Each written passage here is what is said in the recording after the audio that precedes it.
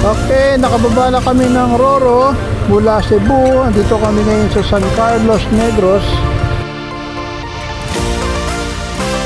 At ang biyahe namin ay sa Bacolod.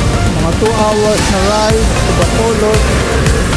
Para doon naman kami sasakay ng another Roro pabalik ng Manila or ng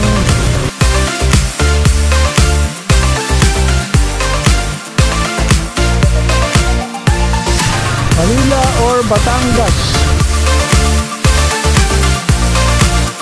Hanap muna ng kakainan, di pa kami naghahapunan.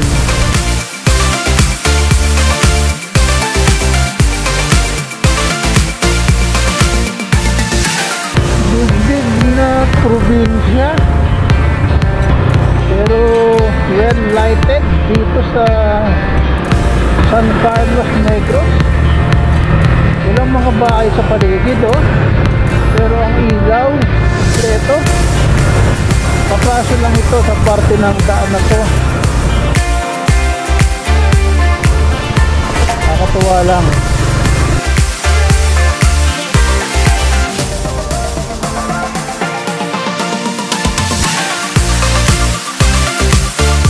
Ito pa rin ang mga kasama ko, si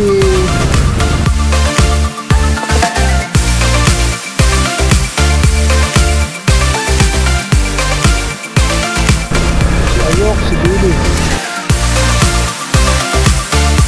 Yun, nasa una sila.